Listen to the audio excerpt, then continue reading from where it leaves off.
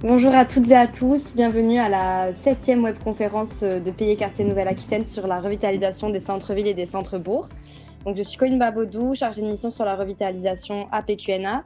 Et voici Christophe Rochard, mon collègue qui travaille sur les questions d'emploi. Bonjour Colline. Bonjour Christophe. Alors avant de commencer, quelques mots sur Pays et Quartiers de Nouvelle-Aquitaine. PQNA, c'est le centre de ressources régionales sur le développement territorial. Et donc la mission principale est d'accompagner les territoires et de favoriser le déploiement des politiques publiques dans les territoires à travers la mise en réseau d'acteurs, de l'échange de pratiques, de la capitalisation d'expériences ou de la production d'analyses. Donc nous partageons avec vous les ressources sur notre site que nous avons déjà produites sur la revitalisation, comme une plaquette pour vulgariser le sujet, des interviews vidéo, des fiches d'expérience, des témoignages. Et donc n'hésitez pas à vous rendre sur notre site pour consulter toutes ces ressources. Donc là, pour rappel, la dernière webconférence que l'on a organisée était en décembre sur les questions d'implication des habitants dans les projets de revitalisation.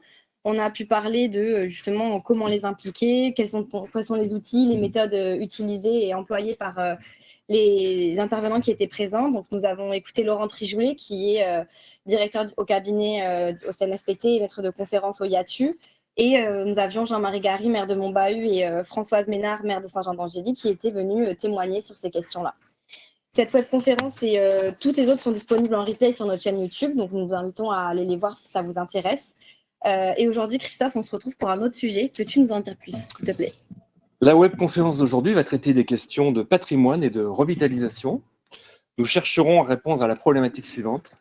Comment conduire son projet de revitalisation en tenant compte de ce que nous offre son patrimoine? Alors, il y aura des questions plus précises qui sont les suivantes. Tout d'abord, qu'est-ce que le patrimoine? Quels sont les acteurs et les leviers à mobiliser pour la restauration et la réhabilitation du patrimoine? Comment favoriser le recyclage urbain via de nouvelles pratiques pour reconvertir ou réinvestir des lieux patrimoniaux? Avec qui travailler?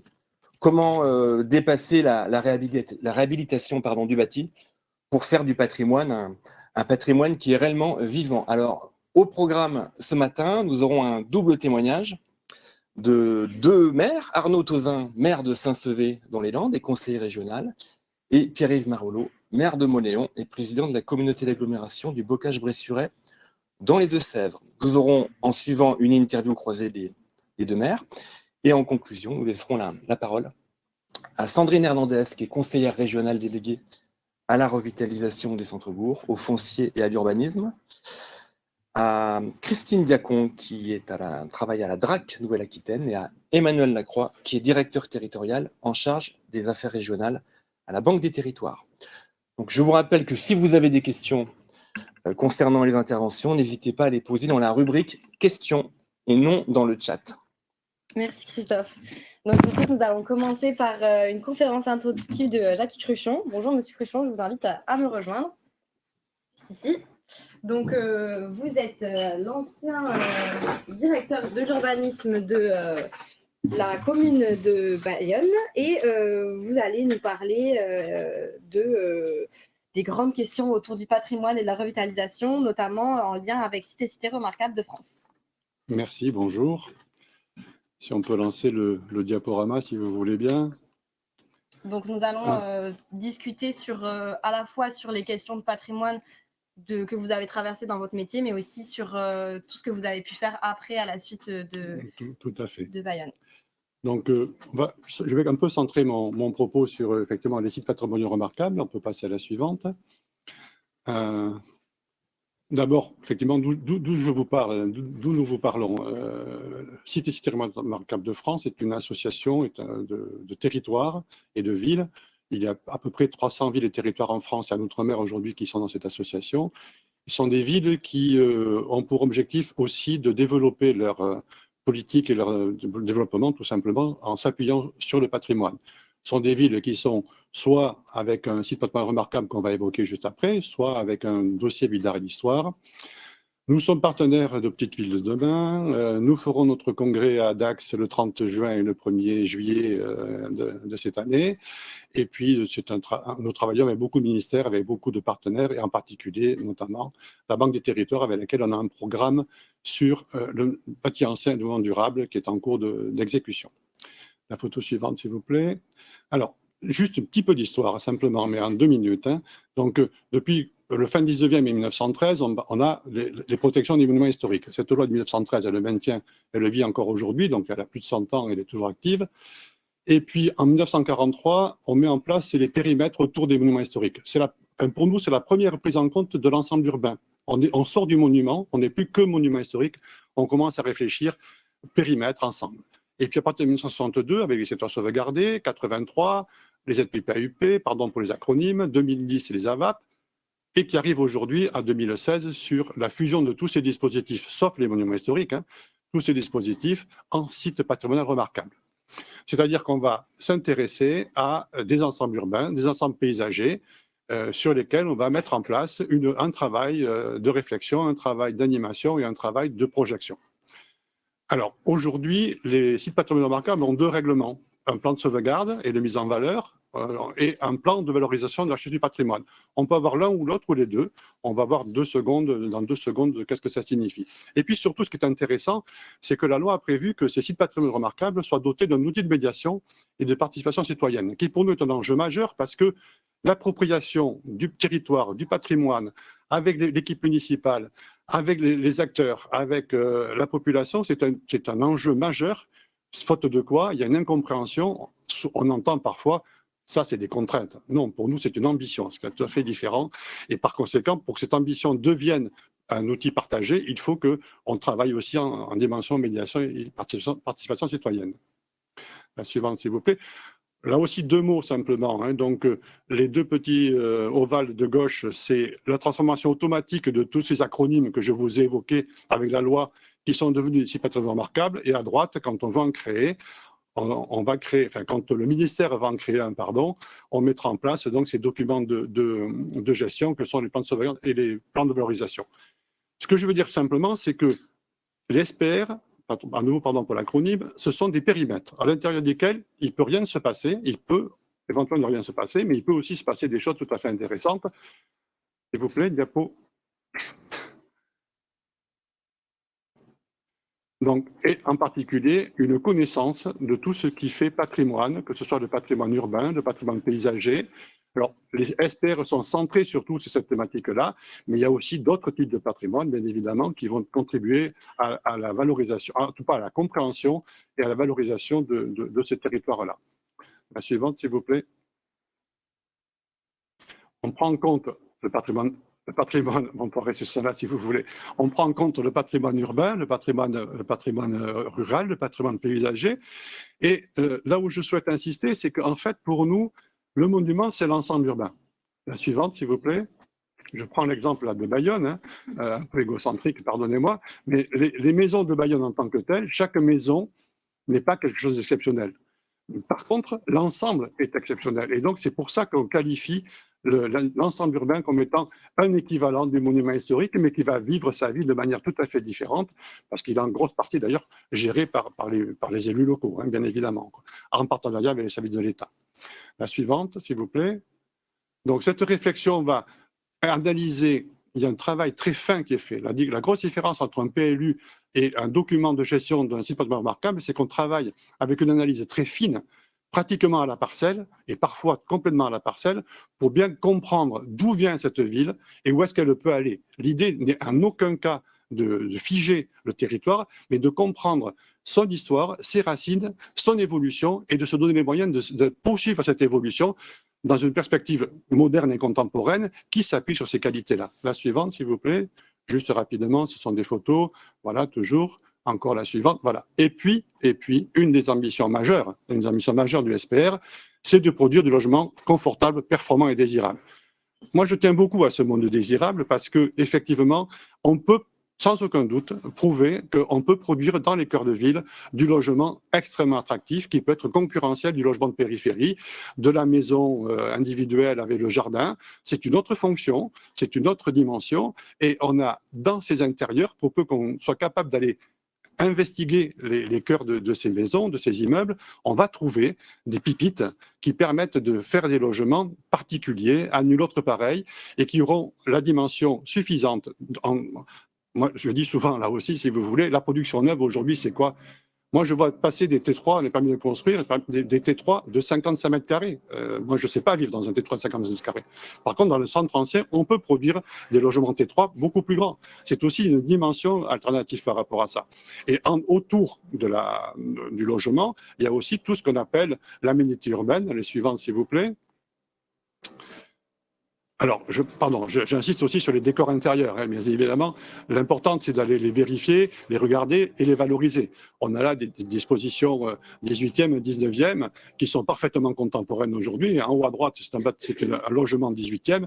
Je ne vois pas en quoi ce logement n'est pas tout à fait moderne dans sa décoration. La suivante, s'il vous plaît. Et puis, on a aussi d'autres pépites. Hein. Là aussi, c'est des escaliers parfois extraordinaires qu'on ne connaît pas parce qu'on ne rentre pas chez les gens, bien évidemment. Mais par contre, là aussi, ça fait partie de ce patrimoine. Et Bayonne fait partie de ces villes qui ont 850 escaliers comme ça, exceptionnels, du 17e jusqu'au 20e siècle, en fait. Donc, c'est vraiment une tradition et un niveau de performance et de qualité exceptionnel. Allez-y, suivante. Ce qui est important pour qu'on donne le désir d'habiter dans ces cœurs de ville-là, c'est qu'on ait une qualité de restauration. Alors, oui, ça coûte cher, mais pas forcément, si vous voulez. L'important, c'est de travailler très finement, de savoir très précisément ce que l'on veut faire, de le dessiner, de le réfléchir. Ça peut parfois avoir un coût. Il y a tout un système associé avec Site Patrimoine Remarquable d'aide fiscale, d'aide de subventions qui permettent d'alléger les coûts. Souvent aussi, les collectivités prennent conscience de l'enjeu du territoire et donc vont commencer à mettre en place des aides, que ce soit l'intercommunalité, que ce soit la commune elle-même, pour produire ce logement. Et à nouveau, c'est du logement que l'on doit avoir comme ambition qui soit le plus qualitatif possible. Souvent dans nos centres et souvent dans les petits centres, ou les villes moyennes, 50 000 habitants, c'est encore considéré comme une ville moyenne, les cœurs de ville sont souvent des refuges pour les populations en difficulté. Hein. Et donc, il faut bien comprendre que d'une part, on a besoin de rééquilibrer la sociologie de ces territoires-là, mais on a aussi besoin que les gens en difficulté aient du beau logement. Donc, il faut travailler par rapport à ça. On a des aides qui permettent d'avoir des aides avec des logements qui sont des logements aidés avec des loyers modérés, et puis un marché libre, on peut avoir une mixité comme ça, et c'est petit à petit qu'on peut requalifier le cœur de ville. Les élus qui vont intervenir après moi diront que c'est long, que c'est pas facile. Le maire de Saint-Sevé fait partie de l'adhésion de l'association de Cité Remarquable, mais c'est un travail de longue haleine. Et c'est aussi intéressant pour ça que l'État soit présent parce que il donne son accord, ou même il peut classer, ou il donne son accord, il classe le SPR, il donne son accord sur des documents de gestion, il est maître d'ouvrage des documents de gestion, ça dépend des cas de figure, mais il est présent. Et quand on s'engage dans un SPR, c'est une ambition, mais c'est aussi un devoir. Et un devoir de persuasion, un devoir de continuité, et de prolongement, mais c'est aussi le fait que l'État soit présent à nos côtés est une garantie, on ne peut plus revenir en arrière a priori. C'est-à-dire que si on voulait jeter à la poubelle ce dispositif, il faudrait que l'État donne son accord, donc il faudrait qu'il y ait une raison majeure. Or, nous n'avons que 900 et quelques territoires comme ça en France, sur les 35 000 communes. On est sur des territoires exceptionnels. Il en faudrait beaucoup plus. Les villes qui sont candidates à Petite Ville de demain souhaitent, nombre d'entre elles, avoir un site patrimoine remarquable. Sur les 240 et quelques villes qui sont en action cœur de ville, 130 ont une ambition ou sont un site patrimoine remarquable. Donc on sent bien que les élus qui veulent dynamiser leur territoire ont besoin de s'appuyer sur ces outils-là. Donc, la suivante, s'il vous plaît.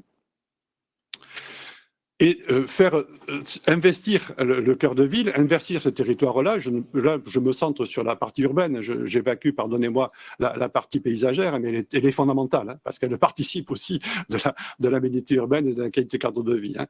C'est travailler donc sur la qualité urbaine, sur l'espace public, sur les circuits de distribution, de circulation, pardonnez-moi. La suivante.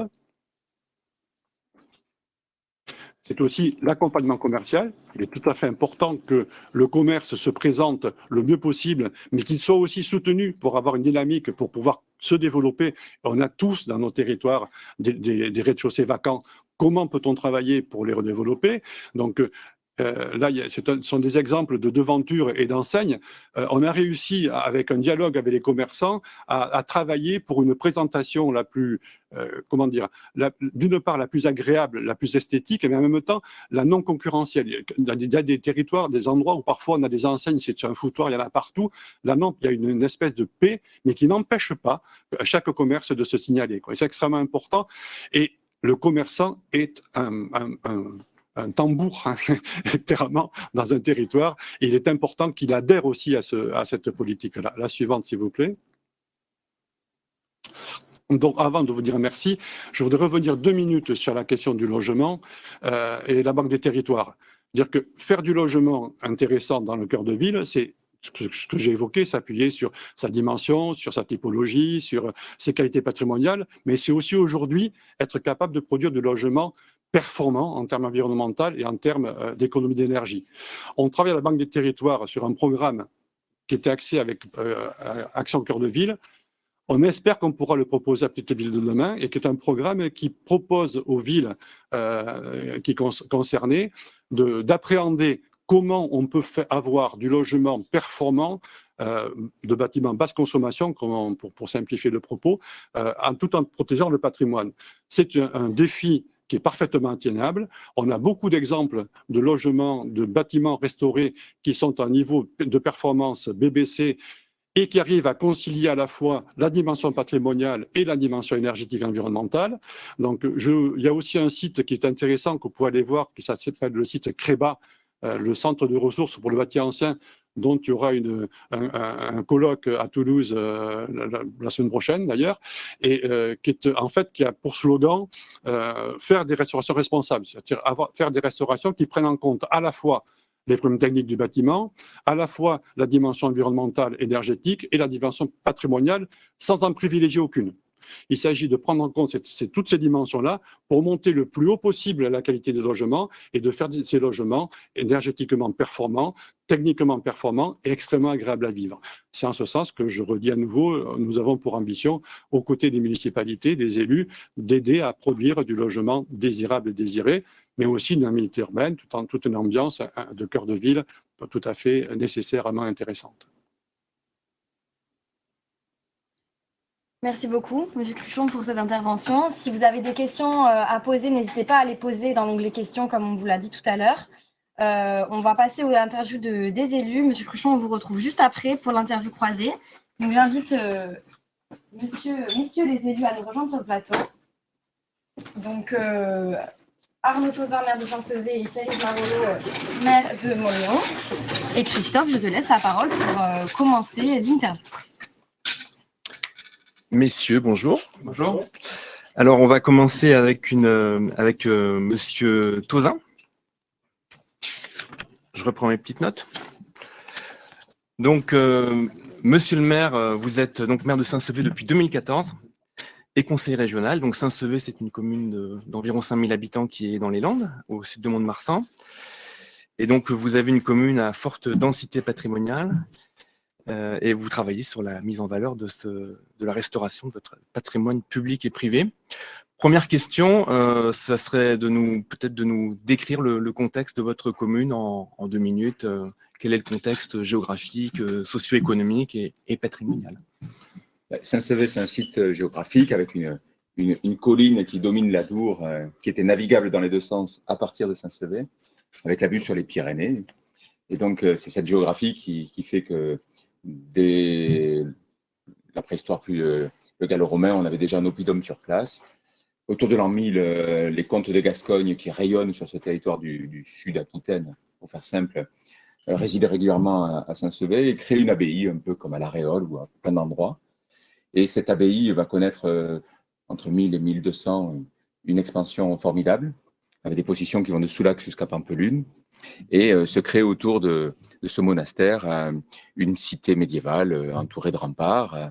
Puis elle se Elle connaît des vicissitudes, la guerre de religion, donc elle est reconstruite. On a aussi beaucoup de bâtiments du XVIIe, XVIIIe, XIXe siècle. À la Révolution, on est la principale commune du département avec Dax, avec à peu près 6 000 habitants.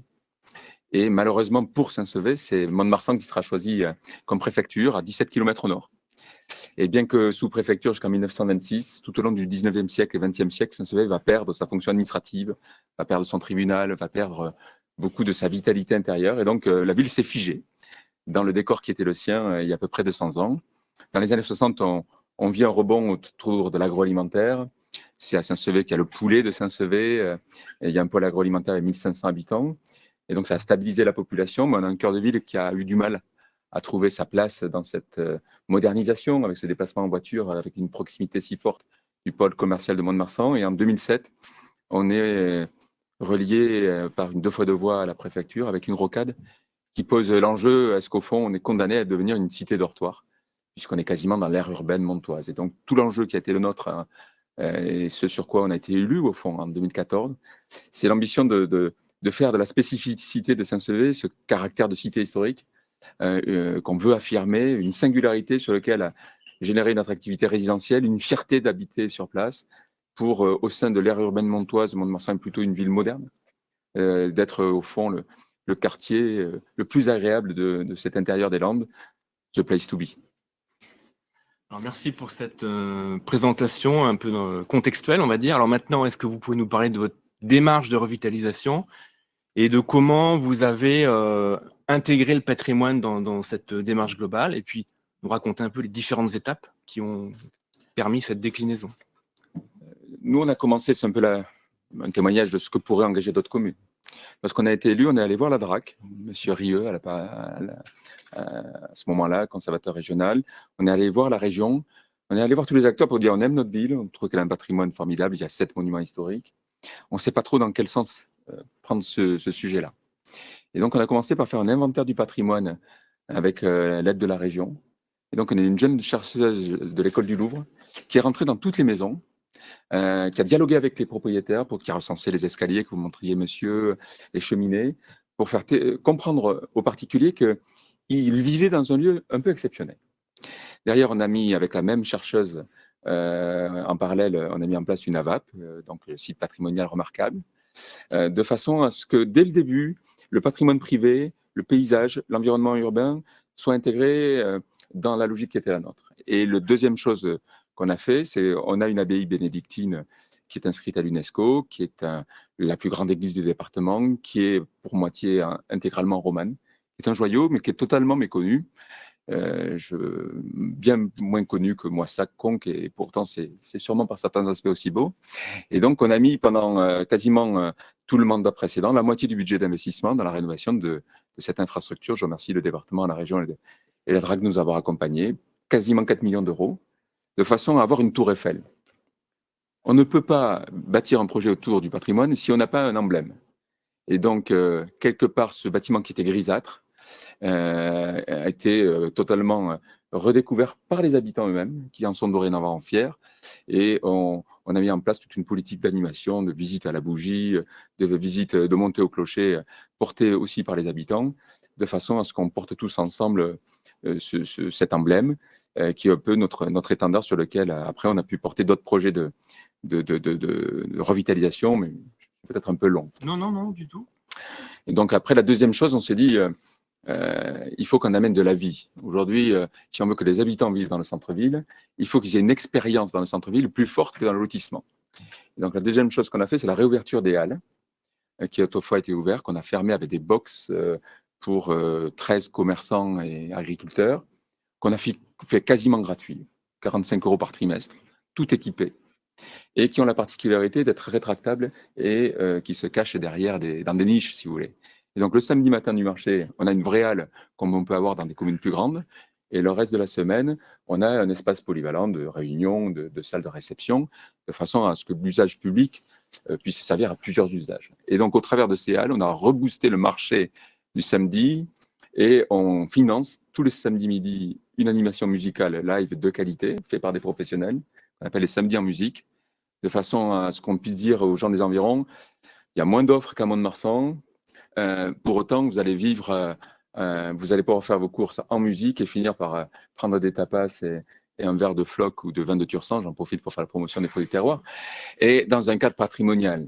Parce que si on veut que les gens viennent vivre, il faut qu'ils puissent avoir une expérience sur place, que ça soit plus agréable de vivre là que de vivre en périphérie. Et donc, depuis 2 ans, grâce à la région qui avait commencé avant Petite Ville de Demain, on est engagé bientôt 3 ans dans un processus de revitalisation. Et là, aujourd'hui, notre action première, c'est d'aller chercher des investisseurs privés. Parce que le public ne peut pas tout.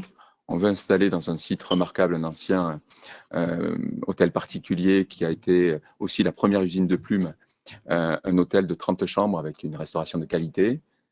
Au bout d'un moment, si on veut générer de l'attractivité touristique et résidentielle, il nous faut aussi que les gens puissent dormir sur place dans quelque chose de qualité.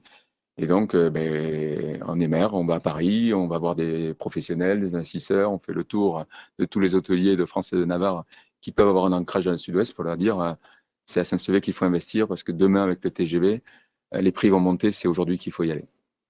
Alors, du coup, vous parlez de cet hôtel, vous avez déjà des investisseurs qui sont intéressés. Est-ce que c'est facile d'attirer des investisseurs à Saint-Sevé? Ben non, parce qu'ils nous disent vous n'êtes pas une zone touristique. Parce qu'aujourd'hui, de fait, on n'est pas une zone touristique ou très faible. Pas encore. Et 2, on a des concurrents avec notamment Michel Guérard, qui est un hôtelier exceptionnel à 20 km de chez nous, auprès de Génie, qui sont aussi des concurrents qui sont rudes.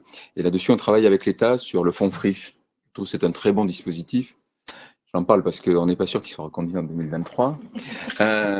Mais l'occasion pour moi de témoigner d'une chose. Si on veut que des investissements majeurs, un peu exceptionnels, se fassent dans la ruralité, où le retour sur investissement est plus risqué, il faut qu'à un moment, les surcoûts de la transformation de quelque chose qui a une valeur patrimoniale, mais qui a été aussi laissé à l'abandon, pour lequel ça va coûter plus cher que de construire à neuf, puisse être pour partie pris en charge par les fonds publics. Et une commune de 5000 habitants, avec ses petits bras, ne peut pas le financer seule. Et donc, je pense que si les projets sont vraiment de qualité, et c'est ce que j'attends de la finalisation moi, de Petite Ville de demain, qu'on puisse, département, région et l'État, se coordonner pour mettre de l'argent qui permettrait derrière à l'investisseur privé de se dire j'investis moi-même et je fais exploiter ce lieu. Voilà. On y croit. En parallèle, on a fait un appel à manifestation d'intérêt parce qu'on avait un camping et on est parti sur une délégation de service public sur 30 ans, de façon à ce que l'investisseur privé puisse avoir le temps de rembourser tous les investissements qu'il pouvait faire. Donc il faut être ingénieux. J'ai la chance d'avoir des services avec une DGS, une directrice générale adjointe bien dotée, bien compétente, qui connaissait des dispositifs un peu innovants. Parce qu'une petite commune, c'est aussi souvent la capacité d'ingénierie qui est difficile pour nous. Mais il ne faut pas se mentir, il ne faut pas se plaindre. Et ce qu'on attend des élus, c'est d'être le premier des promoteurs, de travailler comme un commercial, d'aller vendre sa ville. Bon, eh bien, merci Monsieur le maire pour ce premier temps. Corinne, je te passe la parole pour la suite. On reviendra. Si jamais vous avez des questions, n'hésitez pas à les poser à nos élus dans l'onglet questions. Donc nous passons à Monsieur le maire Pierre-Yves Marolleau. Donc vous êtes maire de Mauléon depuis 2014 et président de la communauté d'agglomération du Bocage-Bressuire. Mauléon, c'est une commune d'environ 8500 habitants, proche de Bressuire et de Cholet, dans le département des Deux-Sèvres. C'est la porte d'entrée en fait de la Nouvelle-Aquitaine. Et Mauléon est labellisé aussi petite cité de caractère et due à sa forte densité patrimoniale. Et vous cherchez à trouver un peu l'équilibre sur ces questions-là pour un patrimoine vivant et animé, comme vous nous l'aviez dit, pour entre un attrait touristique et un bien vivre local. Est-ce que vous pouvez nous dresser un portrait rapide de Mauléon et nous expliquer un peu ce contexte territorial? Oui, Mauléon, donc vous l'avez dit, est situé vraiment tout au nord-est de la Nouvelle-Aquitaine, puisque Mauléon est un système de communes associées. Ça surprend déjà quand je le rappelle, puisque c'est une loi qui date des années 70, 73 exactement. On va fêter nos 50 ans. C'est-à-dire que nous sommes 7 communes associées avec un bourg-centre, donc Mauléon, mais j'ai 2 de mes communes associées qui rentrent dans la Vendée et dans le Maine-et-Loire. Donc, porte d'entrée, une histoire très importante. Mauléon, c'est des rochers gravés qui datent de l'époque 1000 ans avant Jésus-Christ, c'est ce qu'on estime. C'est les guerres de religion, c'est bien évidemment les guerres de Vendée, puisque Mauléon, qui s'appelait à cette époque-là Châtillon, a été capitale de la Vendée militaire. Et puis, c'est un autre Mauléon, je précise parce que souvent, il y a beaucoup de confusion. Pourtant, on est à 500 km l'un de l'autre. Mais il y a le Mauléon Lichard qui est donc situé dans le Pays Basque, avec qui nous entretenions des relations assez étroites. Donc, un passé historique important. Dans les propos de mon collègue, en fait, je retrouve un petit peu, quand on parle en second, souvent il y a des choses qui ont été dites, mais je retrouve ça, une ville détruite, un gros patrimoine autour de la religion. Hein, on avait une cité castrale. Il y a 2 points essentiels, enfin 3 points essentiels sur Mauléon. C'est l'abbaye. Où est la mairie, c'est le château, ou plutôt ce qu'il en reste, avec beaucoup de remparts qui sont aujourd'hui monuments historiques, et puis une église romane, assez rare, nous, dans le nord de Sèvres, hein, l'art roman était peu développé, donc une église romane qui date du Moyen-Âge. Donc, c'est vrai, un domaine patrimonial important, et avec l'équipe que j'ai le plaisir de diriger, voilà, une équipe d'élus sur ce mandat très jeune. L'idée qui avait déjà germé au dernier mandat, c'était de faire vivre ce patrimoine. C'est vrai que souvent, pour les gens, le patrimoine, c'est de restaurer, mais c'est pas ça. Hein. J'ai entendu tout à l'heure la personne qui parlait autour de Bayonne.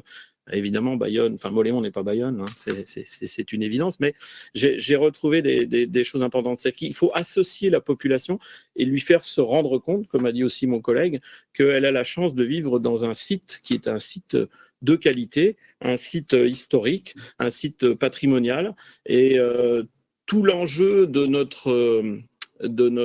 notre équipe, c'était de faire prendre conscience, parce que on parle de patrimoine public, mais le patrimoine public représente quoi? 20% à peu près du patrimoine. Il reste 80% de patrimoine privé. C'est ces gens-là qu'il faut aller essayer de convaincre. Et on a les mêmes problèmes, c'est-à-dire les déclarations de travaux où on met du PVC qui est moins cher que du bois. Mais quand on peut apporter des aides, et c'est aussi ce à quoi j'ai travaillé avec toute une équipe au niveau de l'Aglo. On a mis en place ce qu'on appelle un programme Aglo Rénov', hein, plus de 7 millions d'euros sur 5 ans là, qui vont être investis. Alors, pas seulement de l'Aglo, avec différents partenaires, mais c'est de permettre aux gens de se rendre compte que faire une rénovation, je dirais dans les règles de l'art, c'est pas finalement beaucoup plus cher. Et puis, c'est un effet boule de neige, c'est-à-dire le voisin va voir que ah bah oui, finalement, ce qu'il a fait, c'est bien. Et je rejoins un petit peu ce qui a été dit tout à l'heure. Le patrimoine, c'est pas un bâtiment, c'est un ensemble. Il faut réfléchir à l'échelle d'un ensemble. Et ça me semble extrêmement important. C'est tout le travail qu'on met en place. Mais il y a aussi tout un travail d'animation. C'est vrai que le patrimoine, c'est pas simplement d'aller se mettre devant, parce que nous avons la chance, nous, sur Mauléon, d'être une ville, alors, à défaut d'être touristique, d'avoir à un quart d'heure de chez nous le Puy du Fou. Alors, le Puy du Fou, on dit ce qu'on veut, mais c'est 2 millions de passages du mois d'avril. Là, ça va commencer au mois de novembre. Et les 2 millions de personnes, elles passent pas toutes à Mauléon, mais il y en a quand même un grand nombre qui passent à Mauléon. Et donc, c'est de leur dire, vous êtes dans une ville, mais les gens, quand ils arrivent, vous pouvez leur mettre des flèches. Mais c'est pas ça. Donc on a travaillé, et là aussi, moi, je dois remercier, le maire n'est qu'un élément. Hein. Nous avons des équipes, hein, des élus, notre DGS et tous ceux qui accompagnent, Emeline là, qui est avec moi aujourd'hui, qui font un gros travail. C'était de mettre en place un espèce de circuit, c'est-à-dire d'emmener les gens à cette curiosité, de les amener à différents lieux et de se dire « Ah oui, c'est ça, Mauléon ». Et quand on fait ce circuit, on se rend compte de certaines choses, du passé à la fois historique, du passé industriel. Mauléon a un passé industriel comme le Mauléon Lichard, beaucoup autour de la chaussure. Il n'en reste pas beaucoup aujourd'hui, même pas. On a parti sur d'autres industries, mais c'est ça. Il faut que les gens se rendent compte et soient aussi des visiteurs actifs. Et c'est ce qu'on essaie de mettre en place. On travaille bien sûr avec des compagnies qui nous aident, parce que nous-mêmes, on ne pourrait pas le faire tout seul. Mais c'est tout un travail. C'est bien d'associer à la fois les habitants et d'essayer d'associer les visiteurs, ceux qui viennent chez nous. Et ça, c'est important. Et donc concrètement, si on rentre après maintenant dans la démarche, dans la construction de la démarche de revitalisation, comment vous avez fait, vous nous parlez de ce circuit, mais d'où c'est parti, comment vous avez construit ce projet ce projet de revitalisation autour du patrimoine? On l'a construit d'abord en se mettant dans la peau des gens qui viennent à Mauléon. C'est-à-dire, on dire, ils arrivent là, sur cette place, qu'est-ce qu'ils voient, qu'est-ce qu'ils voudraient voir. Donc, on a travaillé en allant sur le terrain, en se déplaçant, en allant voir aussi les habitants. Puis, on s'est fixé des pôles. Le pôle aujourd'hui incontestable, c'est l'abbaye, donc qui est, comme son nom l'indique, une ancienne abbaye, où avec le soutien de différents partenaires, la région, le département, la DRAC, nous avons refait, et là en lien avec l'agglo, un musée. Le musée pour raconter l'histoire, alors non pas de Mauléon, mais l'histoire du bocage. On est dans un lieu géographique qu'on appelle le bocage. Qu'est-ce que le bocage? Qu'est-ce qu'il a été? Comment il a vécu? Comment il a évolué? Nous avons une médiathèque digne de ce nom aussi. Donc ça s'est fait en lien avec l'agglo. Aujourd'hui, quand on va à Mauléon en ce moment, il y a des travaux un peu partout. C'est gênant, mais il faut expliquer à notre population que sans travaux, on ne fait pas avancer. On est en train de refaire tout le parvis qui est devant cet ensemble. Donc, on a misé vraiment sur ce site de l'abbaye qui nous semblait important, qui est un site central. Le département, puisqu'on est petite cité de caractère, va nous apporter aussi tout un éclairage autour de ce bel ensemble. On a acquis des biens qui étaient autour, dont l'ancien presbytère. Pour faire aussi des déambulations, nous avons des jardins derrière, des jardins de l'abbaye. Et tout ça, ça se met en place. Mais je rejoins aussi, ce n'est pas un travail qui se fait comme ça, on ne tape pas des doigts. Nous aussi, nous sommes rentrés dans le site patrimonial remarquable après être passés par les différentes étapes, la VAP, Z, PPAUP. Nous sommes dans un site patrimonial remarquable. Il y a aussi un intérêt, c'est que c'est plus... avant, c'était très mathématique. Vous savez, dans le cadre de l'architecte des bâtiments de France, on prenait quasiment un compas, on faisait un cercle, et hop, on disait, dans ce cercle-là, vous n'avez pas le droit de faire ça. Or, moi, je n'étais pas toujours d'accord, parce que quelquefois, moi, je vois où j'habite, à 50 mètres de moi, la maison était concernée par la superficie de l'architecte des bâtiments de France, alors que moi, qui étais 50 mètres plus loin, je n'étais pas lié. Donc là, on a vraiment fait un site patrimonial remarquable qui reprend bien l'histoire de notre commune, et ça, c'est important. Mais Paris ne s'est pas fait en un jour, Mauléon ne se fera pas en un jour. Donc, c'est un travail de longue haleine, mais moi, j'insiste sur le fait que c'est un travail à mener en commun, à mener à plusieurs, à mener avec la population. Il faut pas travailler seul, ça c'est évident. Et puis, il faut s'appuyer sur tous les partenaires qui peuvent nous aider. J'attends toujours, moi, des services de l'État, qu'ils soient non pas toujours là pour dire non, c'est pas comme ça qu'on fait, mais pour qu'ils nous aident en amont à nous dire c'est comme ça qu'on fait. Et on peut travailler de manière intelligente et d'arriver à des réalisations qui aujourd'hui peuvent nous réjouir. Je pense que sur Mauléon, la population se rend compte quand même que la commune évolue dans le bon sens du terme et qu'elle évolue, je dirais, à la fois de manière moderne, tout en respectant notre histoire. Et c'est ça qui est important. Et il faut aussi lier différentes actions. Un exemple, on est tous en train de se battre aujourd'hui pour trouver des médecins dans nos campagnes. Et bien, par exemple, dans le centre ancien, on va rénover tout un appartement au-dessus d'un local commercial pour mettre à disposition des différents stagiaires, médecins, kinés, qui peuvent venir travailler ou remplacer dans nos cabinets actuels. Bon, ben ça, c'est la commune qui va le mettre, mais on va remettre en état un bâtiment de qualité et avec un appartement qu'on mettra à disposition. C'est ce genre de choses aussi qui peuvent faire avancer parce que, encore une fois, faire du patrimoine pour du patrimoine, ce n'est pas, à mon avis, la solution. Il faut que ça soit du patrimoine vivant. Et du coup, aujourd'hui, quelles sont peut-être les premières choses que l'on peut voir? Comment les habitants aussi, ils apprennent ça et comment vous travaillez avec eux sur ces questions-là? Alors d'abord, on a toute une série d'animations. Moi, je crois beaucoup aux animations. On va avoir très prochainement les médiévales. Ça sera la 3e édition. On fait ça normalement tous les 2 ans. Donc ça, c'est aussi d'associer les habitants, parce que les médiévales, on va dans les points forts de la ville, on leur montre aussi ce qui a évolué. Les animations, c'est pour moi quelque chose aussi d'assez essentiel. C'est attaché à une ville aussi. C'est aussi de faire d'autres actions pour montrer aussi que les habitants sont partie prenante. Enfin, bon, sur Mauléon, il y a quand même une action qui a été menée. Alors, vous allez me dire, c'est très loin du patrimoine. Pas si loin que ça.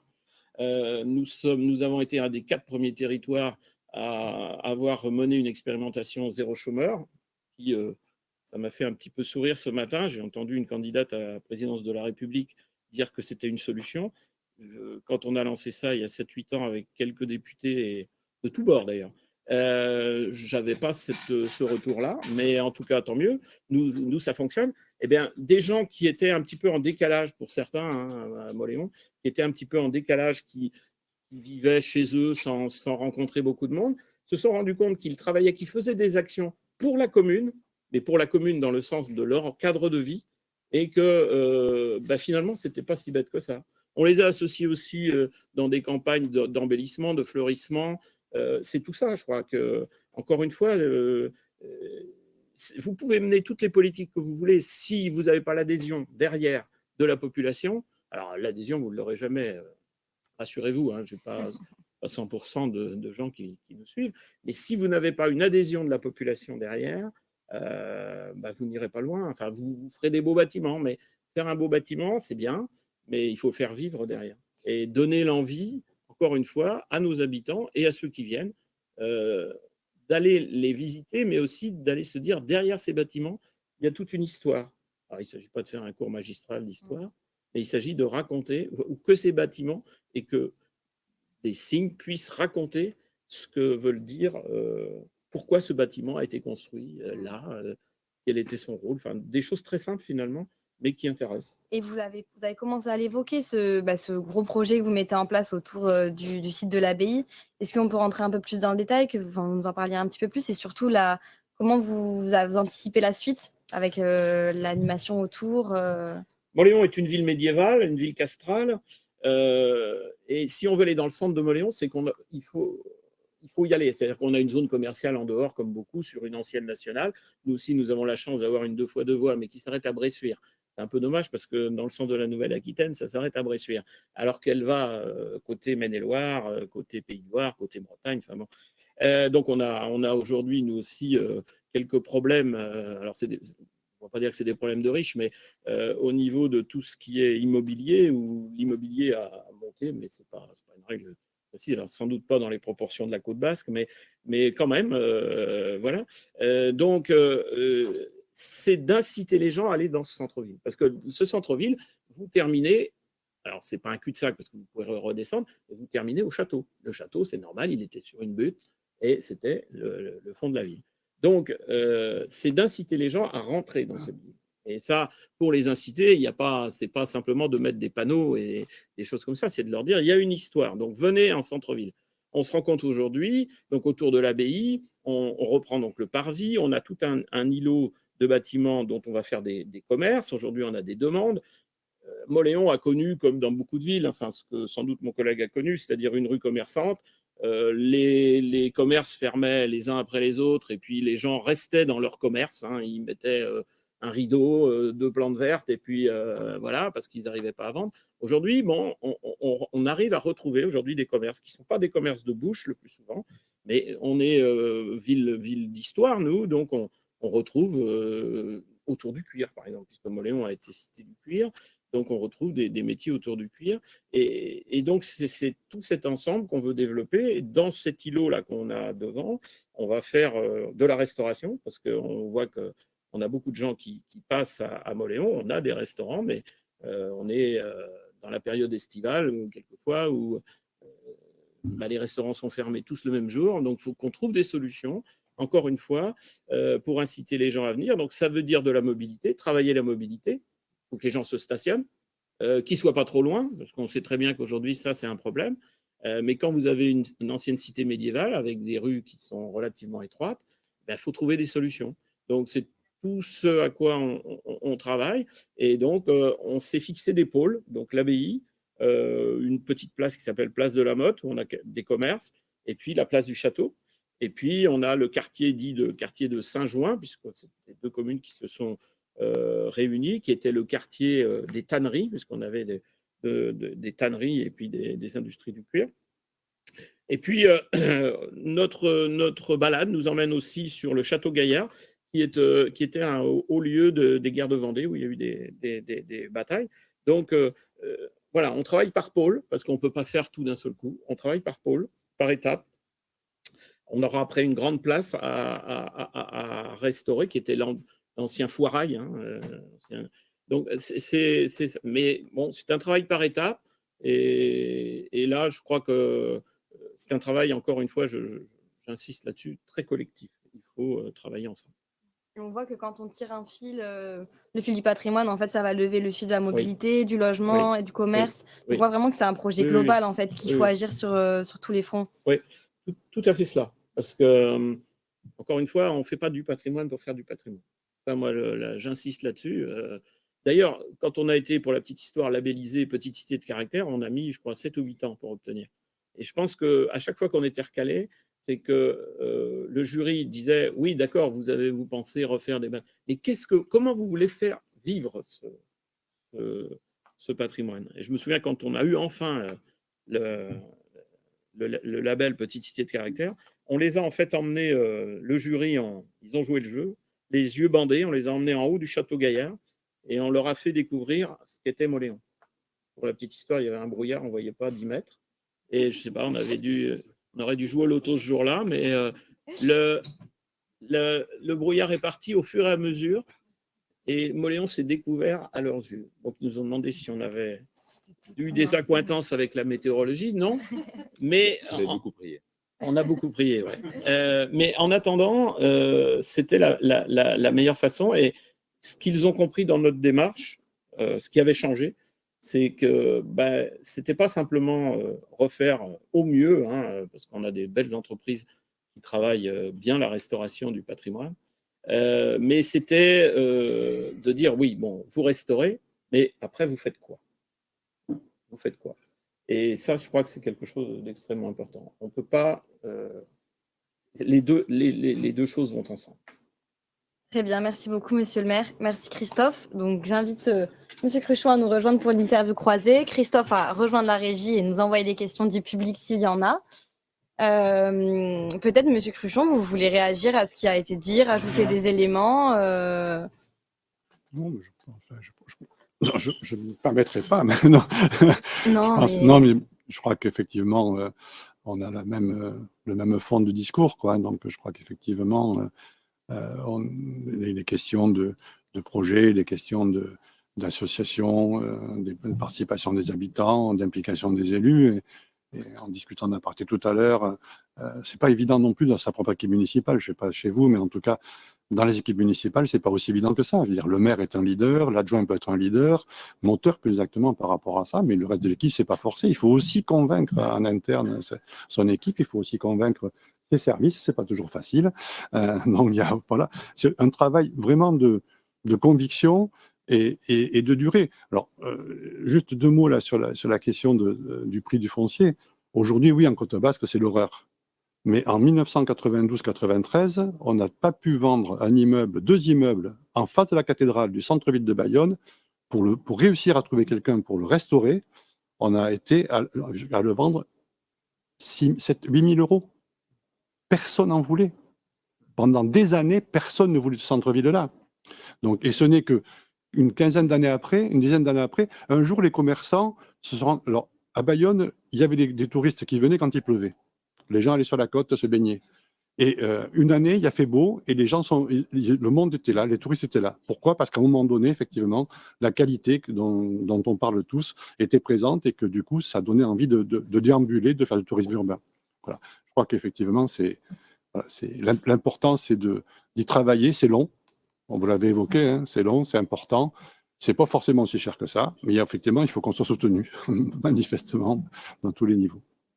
Je crois qu'on a une question qui était sur le référentiel de la... Enfin, je n'arrive pas très bien à lire, mais connaissez-vous le référentiel de la convention de Faro? Si quelqu'un peut répondre. Si il y en a qui ont envie de... Comment expliquez-vous ces préconisations dans vos travaux? Je voudrais revenir sur le référentiel qu'on construit dans les AVAP, qu'on appelle maintenant les experts. Parce que quand on voit les images de Bayonne, on voit que Bayonne est très bien rénovée. Et qu'en fait, c'est après coup qu'on se rend compte de l'intérêt de bien rénover les choses. Parce qu'on donne de la valeur au bien. Et pour autant, ça coûte un peu plus cher à faire sur le moment. Et en ce sens, il y a un élément qui est peu dit, mais qui est important. Une AVAP, enfin un SPR aujourd'hui, permet pour tous travaux de toiture, de façade, donc y compris les menuiseries, Oui. de fondation, de pouvoir défiscaliser la moitié du montant des travaux de son assiette imposable. Et donc, généralement, pour tous les propriétaires qui sont dans le périmètre de l'ARS. Ça veut dire qu'en gros, nous, à Saint-Sevé, ces 6 dernières années, on a eu entre 12 et 15 maisons qui ont fait l'objet de ce dispositif. Au final, les propriétaires ont pu économiser entre 15 et 20% sur leur impôt de l'année. Et ça peut même être reporté sur l'année d'après. Et ça crée je dirais, ça change le dialogue. C'est pas la même chose d'imposer des choses que de leur dire, en contrepartie, vous pouvez aussi avoir une exonération.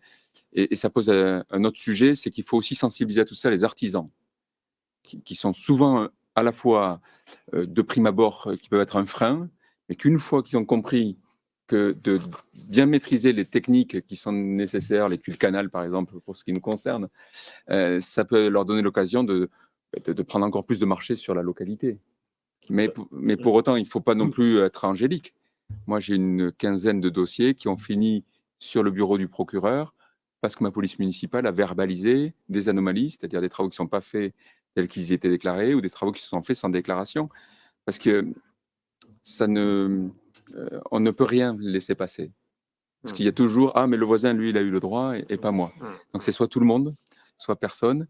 Et c'est quand même qu'au prix, des fois, de cette exigence, qui peut être dure à décider au début, qu'on peut enclencher une dynamique, à mon sens. En même temps, c'est important de dire ce que vous avez évoqué, c'est-à-dire que lié au site patrimoine remarquable, il y a des outils financiers dédiés qu'on n'a pas en dehors de ces périmètres-là. Donc effectivement, ça c'est une première chose. Mais ce qui est important aussi, c'est que la vigilance que vous évoquez, c'est aussi une vigilance de message. C'est aussi une capacité de montrer ce qui est nécessaire de faire, de trouver des financements associés pour pouvoir le faire. C'est carotte et bâton, mais c'est pas le bâton. Quand on fait bâton, c'est qu'on a perdu quelque part, quoi. Donc il faut absolument, il y en a besoin à un moment donné, mais il faut absolument montrer que cette ambition dont je continue à parler, elle a un projet, elle s'inscrit dans la durée et que c'est un projet qui concerne le territoire dans son ensemble, quoi. Ça, c'est fondamental, quoi.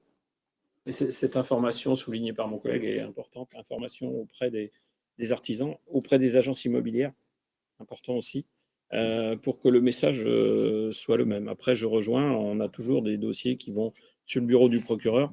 Moi, j'ai pu le rencontrer dernièrement, il m'a dit qu'il allait y montrer attention, parce que c'est vrai qu'on fait naître un sentiment d'inégalité chez nos concitoyens en disant moi, je suis un bon élève, mais finalement, je ne suis pas récompensé parce que j'ai payé beaucoup plus cher ma rénovation. Celui d'à côté, il a fait n'importe quoi, personne ne dit rien. Alors, moi, j'ai beau leur dire que quelquefois, le dossier, il ne dépend plus uniquement de nous. Mais j'espère, oui, que quelquefois, il faut utiliser le bâton pour que tout le monde aille dans le même sens. Mais encore, je répète, l'effet boule de neige, quand même, aujourd'hui, les gens se rendent compte. Et avec les différentes aides qu'on peut apporter, soit en direct, soit de manière indirecte par la défiscalisation, c'est des atouts quand même dont il faut tenir compte et les gens en tiendront compte, hein, j'en suis persuadé. Il faut une bonne communication autour aussi. J'ai vu une question sur est-ce que les partenaires peuvent aider ou participer au financement des animations, des concertations autour du patrimoine comme vous l'avez présenté? Comment ça s'est passé? Comment ça se passe? Oui, on va chercher systématiquement des participations, ça marche ou ça marche pas, mais il faut, là aussi, le rôle de nos services est important. J'ai la chance, encore une fois, parce que je dis toujours qu'un maire, sans des adjoints de qualité, enfin des conseillers de qualité, et puis sans une équipe de qualité, il ne peut pas grand-chose, mais il faut aller essayer de taper aux bonnes portes pour trouver sur des projets, quelquefois, une aide qui peut effectivement diminuer l'investissement de la commune. La mairie de Mauléon, on peut l'appeler, il y a des gens qui seront capables de répondre à ce genre de questions, mais oui, on recherche systématiquement à diminuer les coûts de ce qu'on peut, de ce qu'on peut investir. Mais encore une fois, c'est des investissements, il y a des retours sur l'investissement. Alors, il y a le retour financier, hein, vous avez plus d'habitants. Voilà. Et c'est pas seulement ça, hein. Il y a le retour, allez, je ne vais pas faire de la philosophie, mais retour humain aussi, qui fait que les gens se sentent mieux aussi dans un environnement qui leur semble plus agréable. Mais plus agréable et surtout, j'insiste sur le mot animé. Animé. Il y a une dimension qu'on n'a pas évoquée, c'est la jeunesse. Parce qu'on travaille pour aujourd'hui, et c'est important que ceux qui grandissent dans un site patrimonial remarquable soient demain les premiers ambassadeurs du mode de vie dans un site patrimonial remarquable. Et moi, je suis toujours stupéfait. Bon, Saint-Sevé, on a changé l'emblème, on l'a appelé la Cité historique des Landes, parce que même nos premiers voisins, Dax, de Mont-de-Marsan ou de la Côte, n'avaient pas à l'idée que dans les Landes qui sont surtout connues pour ses pins et ses dunes et son thermalisme, il pouvait y avoir des cités de caractère. Mais même la jeunesse du cru ne connaît pas son patrimoine. Et donc, au travers d'un musée, au travers de l'accueil de classes systématiques, par le dialogue avec les collèges, les enseignants, pour qu'ils connaissent l'histoire, qu'ils s'approprient à la fois le patrimoine matériel, mais aussi immatériel qu'on a fait inventorier, qui soient les Greeters de demain, les ambassadeurs de leur territoire. Moi, je me dis que quelqu'un qui a grandi dans un site patrimonial remarquable, lorsqu'il fera sa vie, il aura plus de chances d'avoir envie de vivre dans un lieu comme ça que dans un pavillon neutre et sans personnalité. Je crois beaucoup à la nécessité de transmettre ce qu'on a reçu. Juste une anecdote, j'ai reçu dernièrement quelqu'un qui fait un livre par Geste Édition sur le nord des Deux-Sèvres et qui me dit le dernier livre que j'avais écrit où je parlais de Mauléon, je parlais de la belle endormie. Il dit c'est une expression que je ne pourrais plus reprendre. C'est le plus beau, plus bel hommage qu'il pouvait rendre au maire que je suis, mais aussi à la population. Ouais, on voit du coup que ça a avancé. Voilà. On avait une question pour Monsieur Cruchon. Pouvez-vous nous préciser le processus administratif à suivre pour réhabiliter un château communal classé monument historique? Les financeurs à solliciter et il y a une précision que le château n'a jamais fait l'objet d'une valorisation globale et risque de se dégrader. La réponse me semble relativement simple. Il faut contacter la DRAC, puisque c'est elle qui va missionner a priori un architecte, enfin d'abord rencontrer la collectivité pour voir ce qu'il y a à faire. C'est elle qui a des financements via le ministère de la Culture pour pouvoir restaurer du monument historique. C'est elle qui peut vous donner d'autres solutions de financement auprès d'autres partenaires comme la région, etc. Mais c'est un partenariat très fort qu'il faut nouer avec la DRAC pour pouvoir mener à bien le programme et les travaux qui suivront, quoi. Donc là, on est sur, si vous voulez, la grosse différence qu'il y a entre les sites patrimoniaux remarquables et les monuments historiques, c'est que vraiment, ce sont deux champs de compétences tout à fait différents. Dans les sites patrimoniaux remarquables, le maire ou le président de l'intercommunalité, il a la main très largement. Il est partenaire de l'État, mais il a très largement la main. Là, on va dire, dans le premier cas de figure, c'est la dominante collectivité et le partenariat de l'État. Dans l'autre cas de figure, c'est l'inverse, c'est la dominante État et le partenariat avec la collectivité. Donc là, adressez-vous à la DRAC et vous trouverez tous les renseignements dont vous avez besoin pour mener à bien votre projet. Moi, j'aurais 2 compléments de réponse à faire sur ce sujet-là. On a un bâtiment inscrit à l'inventaire supplémentaire des monuments historiques sur ma commune, qui n'est pas un château, mais qui est une demeure médiévale du XIVe, XVe siècle. 2 conseils complémentaires. Un, avoir dès le début un architecte du patrimoine qui fasse un diagnostic global, qui rende compte du niveau de coût et qui puisse définir avec le propriétaire où sont les priorités à la fois pour la sauvegarde du lieu, mais aussi dans l'usage futur. Et sur ce bien qui s'appelle l'hôtel de Bourouillan, où il y a eu des travaux exemplaires qui sont en train d'être faits, nous, on travaille, on milite aussi pour qu'il puisse être éligible à la Fondation Berne, le loto du patrimoine, puisque c'est tous les ans un dossier par département, avec des fois des montants qui sont quand même très intéressants, qui peuvent avoir un effet de levier complémentaire aux fonds de DRAC qui sont quand même limités. moi, j'ai une façade de ma mairie que j'ai déposée en 2021. Il n'y avait pas de budget l'an dernier. On m'explique que cette année, il n'y a pas de budget non plus. Donc, il ne faut pas non plus croire que tout est simple. Et donc, c'est un levier complémentaire, la fondation, le loto du patrimoine. C'est surtout un bon moyen de faire connaître et de pouvoir aussi aller chercher du mécénat privé si dans le projet en question, il y a un projet d'ouverture au public et ainsi de suite. Je pense qu'il faut, voilà, il faut aller aussi chercher des partenaires au-delà des collectivités locales ou des pouvoirs publics. J'ai vu qu'on avait une question aussi sur les communes, comment on trouve des investisseurs privés, qui peut aider une petite commune à trouver des investisseurs, puisque là, on a des exemples de communes aussi de ce type-là. Et la deuxième question, comme ça, on peut répondre à plusieurs en même temps, c'est comment s'articule la communauté de communes avec la commune qui souhaite mettre en place un SPR. Donc, deux questions, vous pouvez répondre à tour de rôle. Moi, sur le SPR, la délibération a été prise en communauté d'agglo, quand c'est des communautés de communes. Et c'est bien la commune qui a mené, mais la compétence est passée à... C'est une question de compétence, mais c'est quand même la commune qui va travailler sur son SPR, en lien avec les services de l'agglo, évidemment. Mais après, la délibération a été prise conjointement, mais d'abord au niveau de l'agglo. Après, c'est le côté plus administratif, mais c'est d'abord la volonté de la commune. Bon, le maire de Mauléon était favorable à la création de ce SPR, il n'était pas le seul d'ailleurs. Comme il connaît bien le président de la communauté d'agglo, c'était peut-être un peu plus facile. Mais non, tout le monde... c'est dans l'intérêt de Mauléon, mais du territoire. J'insiste encore parce que sur le musée donc, qui a été fait dans Mauléon, c'est pas le musée, encore une fois, de Mauléon, c'est le musée du territoire. On explique le bocage et d'ailleurs, on renvoie dans un musée qui est très interactif, on renvoie aux autres bâtiments ou sites qui peuvent être intéressés, qui sont sur la communauté d'agglo.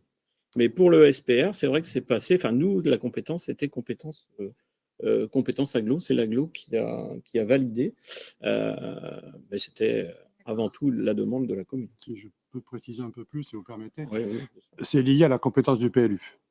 Donc, la commune a compétence, il faut que l'intercommunalité ait compétence de PLU pour pouvoir être dans le système. Pour ce qui est du SPR, la compétence, c'est l'État. C'est-à-dire que la création, le classement au titre du SPR, c'est l'État qui va le prendre, en partenariat avec la collectivité compétente de PLU, mais c'est l'État. Après, en ce qui concerne les documents de gestion, le PVAP, le plan de valorisation, c'est la compétence locale, donc ça sera l'intercommunalité ou la commune, mais le plan de sauvegarde, c'est toujours l'État, mais qui peut déléguer éventuellement la maîtrise d'ouvrage à la collectivité compétente. Donc il y a une articulation qui change en fonction des dispositifs. Moi, je vais mettre les pieds dans le plat. C'est pas possible que ça reste à la Comcom. Ce n'est pas vrai que toutes les communautés de communes fonctionnent. Il y en a qui ne sont pas liés à des bassins de vie, où il y a des arbitrages qui sont difficiles. Or, un projet de sauvegarde, il ne peut se créer, être animé qu'à l'échelle de la cité.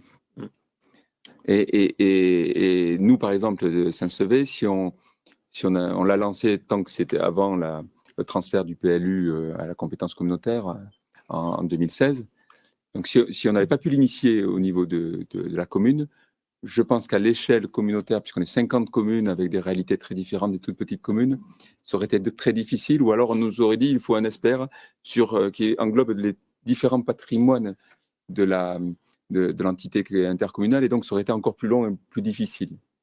Il y a eu le même débat sur Petite Ville de demain. Est-ce qu'il faut que ça soit porté par les communes ou la communauté de communes?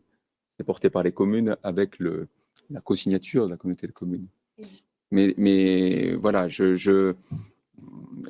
à l'échelle du Pays Basque, par exemple, où vous avez une intercommunalité qui englobe la moitié du département des Pyrénées-Atlantiques, imaginez que le SPR aujourd'hui, si une commune se dit tiens, j'ai envie de le porter chez moi, il faut donc une délibération sur l'ensemble de la communauté de communes. Encore là, il y pourrait peut-être une compétence qui pourrait servir à tous, mais j'ai eu le même problème, moi, pour Ville d'art et d'histoire. La Réole a pu mettre en place une ville d'art et d'histoire en 2013 ou 2014. C'était la dernière qui a été validée à l'échelle d'une commune. Maintenant, il faut que ça soit porté à un niveau d'un pays d'au moins 25 000 habitants. Or, les expériences, alors, je ne citerai pas des voisins, mais où ça s'est mis en œuvre, fait qu'il y a plusieurs pôles et que l'animation est extrêmement compliquée. Donc moi, de la même manière qu'on vient de découvrir que les hôpitaux de proximité ont été très réactifs face au Covid, parce qu'ils étaient petits et souples, je trouve que le fait de gérer ces politiques patrimoniales à une échelle intercommunale rend les choses plus compliquées, des arbitrages plus longs, et qui a peut-être intérêt à les revivre à une échelle communale, puisque c'est là que se vit au fond la particularité, la singularité patrimoniale de chaque cité. Donc on voit que ça... Si je peux compléter le lien intercommunalité et commune, je partage totalement, on partage totalement. On a réussi, grâce au Sénat, et avec des propositions qu'on avait faites et qui ont été portées par le Sénat, alors l'idée de départ, c'était de donner complètement la main à l'interco, et parfois au détriment de la commune, puisqu'il peut y avoir des contradictions importantes entre les gens, pas entre les territoires. Donc on a réussi avec le Sénat à réintroduire un équilibre au niveau des plans de valorisation, mais on a réussi aussi un petit peu à trouver un petit peu d'équilibre avec les plans de sauvegarde, mais c'est pas tout à fait un peu plus clair. Mais il y a des endroits, il y a des moments où effectivement il y a des blocages tout complets. La loi n'a pas avancé par rapport à ça. On a essayé de la faire évoluer. On a eu des refus, très clairement. Je dis bien des refus, de faire évoluer. Mais on a des blocages possibles, effectivement. On a des territoires qui ne peuvent plus avancer parce que l'interco ne veut pas. Et c'est tout à fait normal. Je veux dire qu'effectivement, l'interco doit pouvoir, en tout cas, la commune doit pouvoir reprendre la main. Cela étant, on est aussi dans une logique d'intercommunalité. Donc, il faut gérer cette espèce de nécessité quelque part, mais il faut quand même se donner des joues-pas parce que c'est pas normal qu'une commune se trouve bloquée. On a des exemples très clairs, très évidents, et là, ça ne va pas marcher comme ça, c'est pas possible. L'inventaire plus la VAP, le reste à charge, une fois qu'on a eu les aides, entre le personnel et les études, ça nous a coûté à peu près 100 000 euros, la commune de Saint-Sevé, sur 3 ans. Parce qu'on l'a mis en œuvre rapidement. Si vous délibérez à 50 communes sur ce sujet qui ne concerne qu'une commune, les communes qui ne sont pas concernées vont se dire, mais attendez, moi, l'EHPAD, il y a tels travaux, sur toutes les autres compétences, il y a d'autres besoins. Donc c'est difficile de délibérer à 50 pour quelque chose qui va ne profiter qu'à une des 50 communes. Et bon, alors je ne vais pas refaire le millefeuille administrative, mais je pense que là-dessus, il faudra une évolution. On voit que c'est une question d'échelle, en fait, que ça va dépendre des endroits, de la taille des intercos, des communes. C'est surtout une question de personnes. Ce n'est pas un principe d'intercommunalité qui soit défaillant, mais quand on a des élus qui ne peuvent pas se supporter, pour le dire très clairement, ça ne fonctionne pas. Mais quand on a des élus qui finalement ont des rapports normaux, même s'ils ne sont pas dans le même bord politique, ça fonctionne. Donc, mais quand ça dysfonctionne, il faut absolument trouver les clés juridiques pour faire sauter les verrous. Et ce n'est pas normal que l'ambition d'une collectivité soit bloquée, effectivement. L'autre dimension aussi, c'est que ce sont des crédits d'investissement, les études de documents. Et qu'effectivement, quand on compare de mettre 200 000 euros dans une étude pour un plan d'un site remarquable ou 200 000 euros dans un EHPAD, ma foi, on peut entendre que ça peut poser question. Donc, il faut vraiment trouver les réponses pour lever les blocages, comme on les a mis en place pour certaines dimensions, certains aspects. Mais il faut effectivement que la loi, il faut que les ministères acceptent, et en particulier sur la culture qui nous a bloqués là-dessus, qu'on accepte d'avancer. C'est vital. Et du coup, par rapport à l'autre question, sur les questions des investisseurs privés dans les petites communes, comment on va les chercher, comment on les fait venir? Ça, c'est comme pour trouver un époux ou une épouse. Les amis, ouvrez votre chambre d'amis et élargissez vos amis, et les amis de vos amis sont vos amis. Alors après, il y a des circonstances qui font que les investisseurs privés s'intéressent plus à une commune qu'à une autre. Moi, je vous l'ai dit tout à l'heure, le Puy du Fou, et pour nous, on pense qu'on veut, mais pour nous, aujourd'hui, je vois des investisseurs arriver en disant, nous, on veut faire... Alors, par contre, ça, c'est après un autre problème. Le problème du logement va être du logement loué à l'année et après du logement touristique, où là aussi on a des questions quelquefois à se poser. C'est-à-dire, ne faut-il pas limiter le nombre de logements touristiques, mais très clairement des investisseurs privés, à moins que ce soit des gens très très gentils et puis qui ne comptent pas sur leur investissement, mais ils veulent qu'il y ait un retour sur investissement. Donc ils vont venir avec cet espoir logique d'avoir un retour sur investissement. Mais c'est vrai que ça se fait souvent par relation, par cercle, voilà.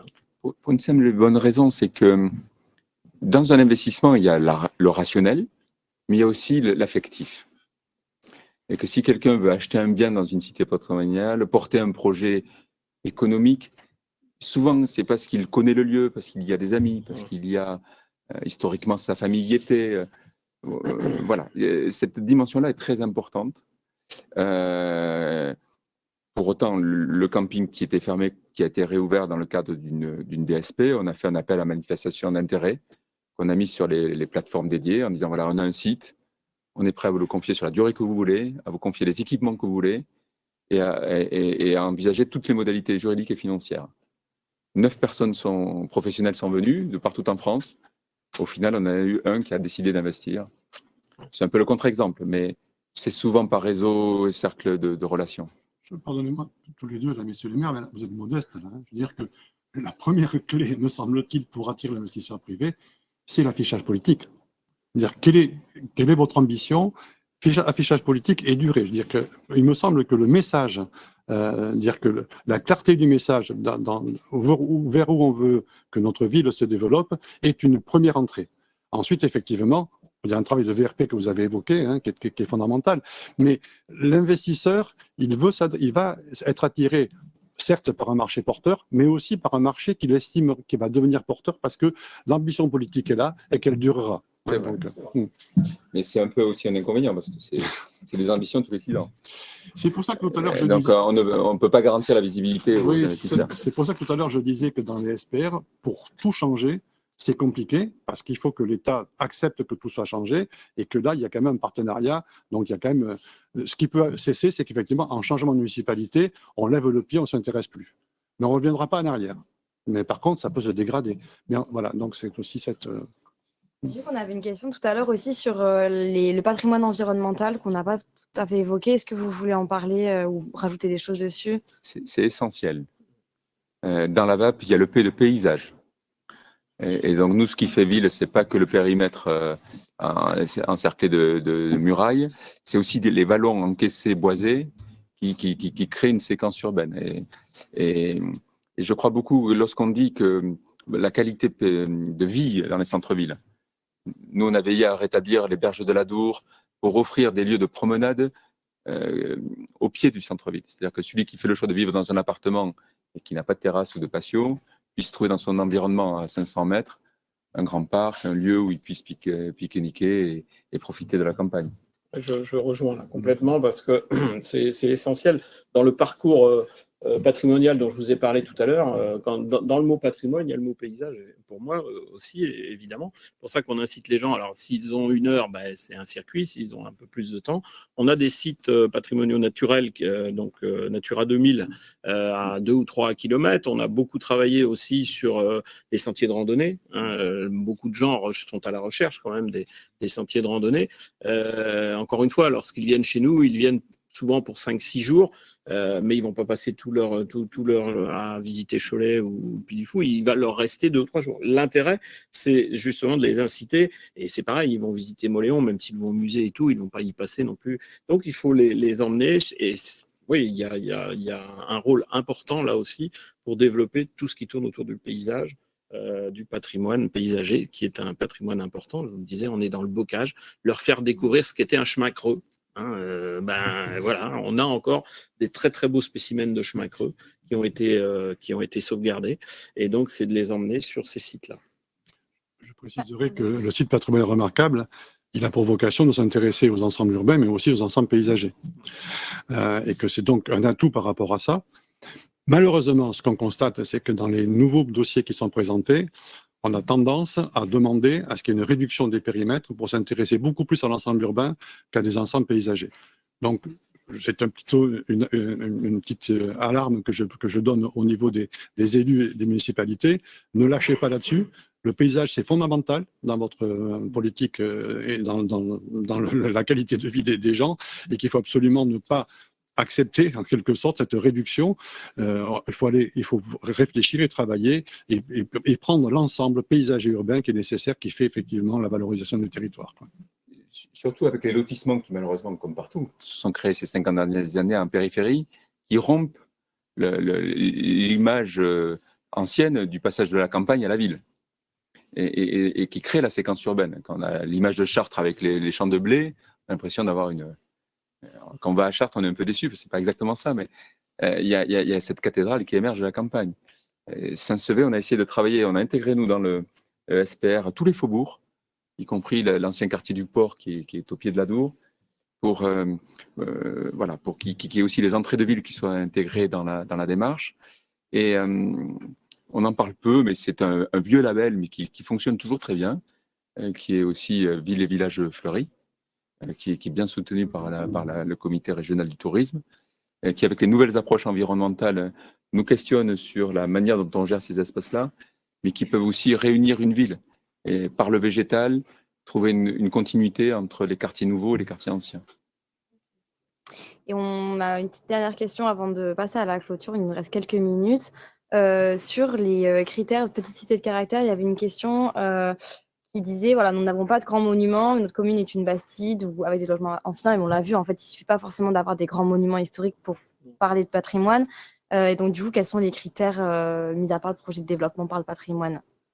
S'il y a des critères précis. Je serais tenté de dire qu'il faut d'abord se rapprocher de l'association Petite Cité de Caractère, qui est présidée par une sénatrice, d'ailleurs, Françoise Gatel, qui connaît bien le sujet et qui est... on a vraiment de très bons rapports avec l'association, donc il faut se rapprocher d'eux. Ils vont vous aider à travailler sur le dossier. Encore une fois, mais je l'ai redit tout à l'heure dans mon intervention, c'est pas simplement de mettre en avant le patrimoine, c'est d'animer ce patrimoine. Et c'est ça qui est, à mon avis, extrêmement important. Je vous l'ai dit, on était un peu, sans doute, buté il y a encore une quinzaine d'années en se disant on va refaire tel bâtiment, on va refaire... Oui, c'est bien, vous avez refait le bâtiment, mais vous faites quoi maintenant? Parce que si c'est simplement pour aller devant et puis... non, il faut que ce bâtiment, il raconte une histoire. Et moi, je conseillerais aux gens qui s'interrogent de se rapprocher de l'association Petite Cité de Caractère. Encore une fois, nous, on a appris beaucoup à leur contact et on a appris beaucoup aussi avec les autres petites cités de caractère. Alors, on ne joue pas dans la même cour que certaines cités bretonnes qui sont vraiment des très belles villes. Enfin, on est allé dans plusieurs... visiter des cités bretonnes. Évidemment, quand on repart, on se dit oh là là, nous on est les bohémiens des petites cités de caractère. Mais c'est pas grave, je veux dire, voilà, vous aimez votre ville, vous dites bon, on fera pas pareil, mais on fera autrement, mais on donnera envie aux gens de venir. Et c'est ça tout l'enjeu. L'autre objet, moi, que j'y vois, c'est aussi de donner du sens à la ville, de rappeler ce qu'elle a été pour construire ce qu'elle pourrait devenir. Moi, j'arrête pas de communiquer qu'il y avait un port à Saint-Sevé. Il en reste un bâtiment, ça a disparu. Mais qu'il y a en entrée de ville, dans la ville basse, il y a un alignement de maisons, je dirais, du 19e, un peu à l'abandon, mais qui étaient des maisons notables. C'était les premières industrielles qui étaient là parce qu'il y avait le port. Et donc, quelle que soit la typologie, que ce soit une bastide, que ce soit une sauveté, que ce soit une création du 17e ou du 19e siècle, l'intérêt que ce soit de petites cités de caractère ou d'un SPR, c'est de réinterroger ce qu'a été la ville pour remettre en avant une réalité. En ce sens, à Boucau, il y a les forges qui viennent rappeler ces corons qui sont très rares dans le sud-Aquitaine. Et donc, quel que soit le lieu, au fond, en interrogeant ce que ça a été, pour le faire partager par la population, il peut y avoir un sens à s'engager dans ces démarches. Je ne peux qu'inviter tout le monde à y aller. Parce que quand nous, par exemple, on a interrogé dans l'inventaire immatériel le passé tauromachique de la ville. Puisque depuis 1452, à chaque fête de la Saint-Jean, donc je vous invite à venir aux fêtes de Saint-Sevé, au solstice d'été fin juin, les taureaux étaient lâchés dans les rues de la ville et on sait que la population, la jeunesse, s'encanaillait à les affronter dans les rues, par des écrits. Et donc on a retrouvé, à travers les noms des rues, le cheminement de ces bœufs qu'on a menés à l'abattoir, au fond, et où étaient les lieux des arènes. Et à travers les lieux des arènes, quel était le phénomène? Parce qu'on a une tauromachie locale qui s'appelle la course landaise, et on a tout jeune de 18 ans de la commune, au dernier jour des fêtes, ils descendent dans l'arène pour faire des jeux d'interville, si vous voulez. Et donc il faut, au fond, affronter la vache pour être véritablement adulte. Il n'y a pas de mise à mort, à Saint-Sevé. Et donc, rien que cette question-là, elle donne du sens aussi. Elle magnifie, au fond, ce patrimoine immatériel que la jeunesse locale perpétue, réadapte chaque année. Et donc, quelque part, on est le pays aux 1000 fromages, aux 1000 cités. Chaque cité a son histoire. Les chemins creux, c'est ça? Et la ville des tanneurs, une ville taurine. Bon, voilà. Et pour conclure. Oui, pas de prétention quand même. Oui, pardon. Enfin, petite cité caractère, c'est aussi nombre d'entre elles, et ça fait partie des cahiers des charges, ont un SPR. Nombre d'entre elles sont adhérentes à Cité Remarquable de France. Et j'en profite pour faire un peu de publicité. Si vous allez à Paris, sur les grilles du Sénat, vous aurez une exposition de 7 associations, Petite Cité Caractère, Cité Remarquable de France, Grand Site, etc., qui ont pour ambition, sous une bannière qui s'appelle patrimoine, enfin, parce que c'est sous une appellation, la bannière, c'est de montrer qu'on peut faire du tourisme de proximité dans des territoires que l'on ne connaît pas, et que cette association de 7 associations a pour objectif de promouvoir un tourisme de proximité pour découvrir les petites pépites méconnues, mais extrêmement importantes dans nos territoires. Donc, si vous avez l'occasion, jusqu'au mois de juillet, je pense, vous aurez des photos de ces différentes expériences territoires à visiter. Très bien, merci beaucoup, messieurs les élus. Monsieur Cruchon, merci beaucoup pour vos témoignages. Je vous invite à quitter le plateau pour laisser la place à Sandrine Hernandez pour la région, Emmanuel Lacroix pour la Banque des Territoires et Christine Lacombe pour la DRAC. Donc, il nous reste 10 minutes pour évoquer. Allez-y, vous. Allez-vous comme ça, on est tous les trois à côté. Pour nous parler de ce que vous pouvez, les structures mettre en place, et puis aussi si vous avez un regard sur ce qui vient d'être dit. Sandrine Hernandez, pour lancer les discussions. Ça marche. Tout d'abord, merci aux intervenants et à la qualité de leur témoignage. C'est vrai qu'on a balayé l'ensemble des sujets. Merci à PQNA d'organiser à nouveau cette séquence sur un sujet aussi passionnant que celui du patrimoine. Alors peut-être en 3 points de ce que j'ai pu retenir des échanges précédents et puis avec mon regard sur la délégation que je porte à la région et sur l'ensemble des territoires que l'on accompagne. Déjà sur le côté multipartenarial. C'est vrai qu'on voit que c'est des projets autour du patrimoine, mais globalement sur la revitalisation des centres-bourgs, qui engagent un certain nombre de partenaires, et si on veut qu'ils arrivent à aboutir sur du temps long, parce qu'on est encore une fois sur des projets de revitalisation qui s'inscrivent sur le temps long, il faut associer un maximum de partenaires publics, donc les services de l'État, la région, le département, les collectivités locales, aussi des partenaires privés, on en a parlé, vous en avez parlé, messieurs les élus, que ce soit les artisans, les architectes, les agences immobilières, on peut aller même jusqu'aux bailleurs sociaux. Enfin, voilà, on est quand même sur des conférences à mettre en œuvre dès le début de multipartenaires qui sont importantes pour arriver à l'aboutissement des projets. Donc ça, c'est le premier volet. Deuxième point que j'ai noté, c'est le côté transversal de ces projets. Alors, de revitalisation de centre-bourg, évidemment, mais le patrimoine, finalement, c'est aussi un fil conducteur qu'on retrouve à la fois quand on traite les questions d'habitat, quand on traite les questions de commerce, quand on traite les questions d'espace public. Donc, finalement, c'est un fil conducteur, le patrimoine. Et j'étais assez d'accord avec les propos il ne faut pas le traiter juste pour faire du patrimoine, mais bien comme le traiter dans sa globalité. On a parlé de patrimoine bâti, architectural, beaucoup. Et c'est vrai que c'est souvent ce qui ressort quand on parle de patrimoine. On a évoqué vous l'avez évoqué en fin de séance sur le patrimoine immatériel. Je pense que c'est très important. Et puis le patrimoine naturel et écologique à pas oublier. Donc c'est vraiment le patrimoine dans sa globalité, je pense qu'il faut traiter et en effet adapter aussi à chaque situation locale, à chaque patrimoine local. Ce qui se joue derrière ça, c'est bien l'idée de l'identité. Et ça conduit en fait les témoignages de ce matin et ce que je peux retrouver sur les territoires avec les élus qui portent ces démarches-là, c'est bien répondre à des attentes des habitants, se baser aussi sur leur expérience, sur la mémoire des habitants, avec cette envie de transmettre aux générations futures. Et je trouve que ça a beaucoup de sens de faire ça dans ce sens-là, pas juste pour mettre sous cloche éventuellement un patrimoine bâti, mais bien dans l'idée de transmettre une identité territoriale forte. Troisième point, alors on l'a vu, mais c'est une démarche engagée des élus, d'une équipe politique et technique autour des acteurs que j'ai cités au début. Mais c'est vrai que sans la volonté politique, c'est compliqué. On sait que c'est des démarches qui ne sont pas simples à conduire et on s'inscrit sur le temps long, qui n'est pas celui du mandat. Et c'est vrai qu'il faut quand même une implication politique forte et une envie, une impulsion. Et donc, je félicite les collègues élus qui étaient présents ce matin et tous les autres qui portent des projets de revitalisation avec des enjeux patrimoniaux. Et un quatrième point, alors qui est plus en marge, qui n'a pas forcément été évoqué, mais on parlait des professionnels. C'est vrai que la région, dans son travail dans l'apprentissage, dans la formation et puis dans la structuration de filières, on a un rôle à jouer aussi pour accompagner les professionnels de demain sur ces enjeux patrimoniaux. Comme on a des sujets à porter avec les bailleurs sociaux. Alors, c'est un peu plus à la marge sur le volet patrimonial, même que, enfin voilà, quand on fait de la réhabilitation en centre-bourg, les enjeux patrimoniaux se posent aussi.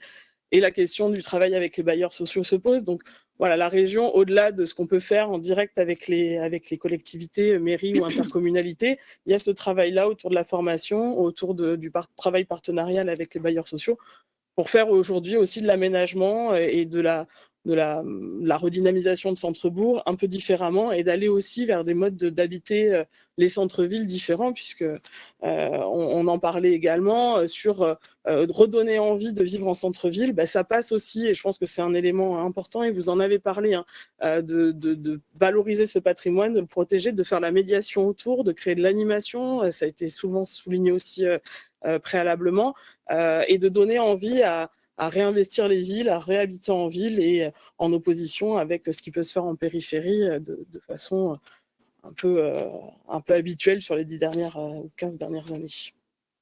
Merci beaucoup. Madame Diacon, si vous voulez poursuivre. Oui, donc je voulais me représenter. Moi, je suis directrice adjointe en charge des patrimoines et de l'architecture à la DRAC. Donc, je voulais exposer en quelque sorte le rôle des services déconcentrés en région, donc du ministère de la Culture, et la manière dont on peut faciliter, contribuer à des projets de revitalisation en centre-bourg, soit dans le cadre des politiques nationales Petites Villes de demain ou Action au cœur de ville, ou même hors programme de cet ordre. C'est important de signaler qu'il est attendu de l'État qu'il soit expert, incitateur et facilitateur. Et il faut que ces trois qualités puissent s'exposer, se rendre, être opérationnelles et être constatées dans l'exercice des missions des services de l'État et notamment des services qui composent la DRAC. Ces trois missions, je voudrais les repréciser rapidement. Nous avons avant tout une mission de conseil, une mission de contrôle qui s'exerce au moment de l'instruction réglementaire et une mission d'appui technique et financier, le cas échéant. Pour que ces deux dernières missions, c'est-à-dire celle de contrôle et d'appui technique et financier, puissent se faire de la manière la plus simple, la plus aisée, la plus fluide possible, il faut que le rôle de conseil ait pu donner sa pleine mesure. Et c'est pour cela que je voudrais insister sur ce mot de conseil et sur le calendrier à partir du moment duquel ce conseil peut s'exercer. Il est important, si des élus qui ont des projets de revitalisation urbaine en s'appuyant sur du patrimoine, il est important que s'ils souhaitent avoir le soutien de nos services, ils puissent nous solliciter le plus tôt possible en amont, bien avant que le projet de revitalisation, le projet qui porte sur la réhabilitation, la restauration d'un bâtiment, sa réutilisation, soit avancé, même qu'ils nous sollicitent quasiment au moment de l'intention. Parce que qu'est-ce que les services de la DRAC peuvent apporter? Les services patrimoniaux de l'archéologie ou des monuments historiques vont apporter au moment du diagnostic territorial des éléments de connaissance, des données qui sont importantes pour faire émerger l'épaisseur historique dont les élus ont abondamment parlé ce matin par le biais de leurs témoignages. Et donc, en phase de diagnostic et d'élaboration de la connaissance pour permettre également l'appropriation du futur projet, c'est important, et les services de la DRAC possèdent des données, des connaissances à apporter. On peut également d'ailleurs soutenir le financement d'études patrimoniales qui concourent à ce diagnostic. Ce diagnostic, il est important parce qu'il permet d'inventarier, le terme de recensement a été à plusieurs reprises aussi cité, notamment par monsieur le maire de Saint-Sevé, d'inventarier finalement la richesse dont le territoire dispose et de connaître les usages anciens et actuels. Et donc, c'est pour cela qu'au sein de la DRAC, des services patrimoniaux peuvent apporter ces éléments de connaissance, ces éléments d'appréciation, mais aussi nos conseillers en charge du territoire ou de l'action artistique, qui vont éclairer sur les usages actuels. Il est très important également que nos services puissent être sollicités au moment de l'élaboration du programme. Pour qui, avec qui et dans quel but va-t-on, par exemple, s'appuyer sur des éléments de bâti patrimonial pour construire un projet neuf ? C'est et c'est là qu'on va retrouver l'appropriation par la population, c'est là qu'on va retrouver la participation, par exemple, à des ateliers de forme participative. Vous pouvez aussi solliciter nos services. Et là, vous pouvez solliciter notamment les architectes des bâtiments de France au sein des unités départementales de l'architecture et du patrimoine, qui sont parfaitement à même d'accompagner la collectivité dans cet exercice complexe de déterminer les enjeux qui sont les siens et les enjeux de son programme et d'affiner justement sa pensée programmatique de réhabilitation, par exemple, à partir d'éléments du patrimoine bâti. C'est également à ce moment-là qu'il y aura peut-être des précisions à apporter sur des questions de définition. À plusieurs reprises dans les témoignages ce matin, dans les discours des uns et des autres, on a entendu les termes de réutilisation, rénovation, restauration, réhabilitation.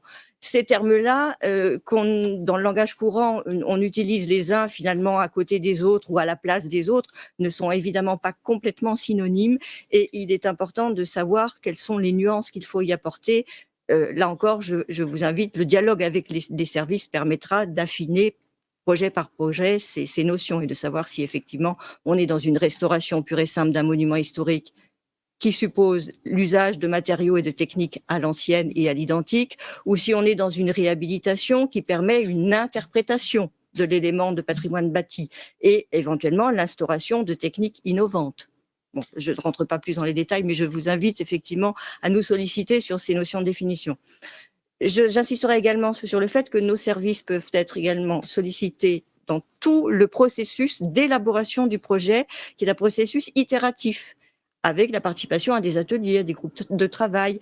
Et à ce moment-là, vous pouvez solliciter notamment l'ensemble de nos services patrimoniaux, de nouveau les architectes des bâtiments de France, mais aussi, et pourquoi pas, les architectes conseils de l'État, que des DDT ou l'ADREAL ou la DRAC peut mettre en quelque sorte à la disposition pour l'examen d'un projet.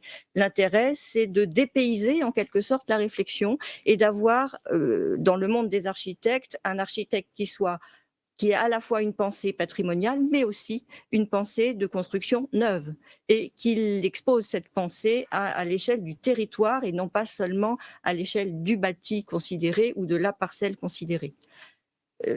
Voilà, je voulais vraiment insister sur ces notions-là. Si l'ensemble de cette mission de conseil se fait au tout début, dès l'intention et tout au long du projet, lorsqu'on en arrive à la phase d'instruction réglementaire et où là les services chaussent, si j'ose dire, leur casquette de contrôleur, ce contrôle devient non pas une formalité, mais en est très très grandement facilité, de même qu'ensuite l'attribution éventuelle d'aides financières, dont je rappelle que la DRAC peut subventionner en direct, mais que les défiscalisations sont également des aides indirectes de l'État à l'ensemble de ces projets. À plusieurs reprises, vous avez souligné la conjugaison des efforts et des apports financiers finalement venant d'un certain nombre de partenaires.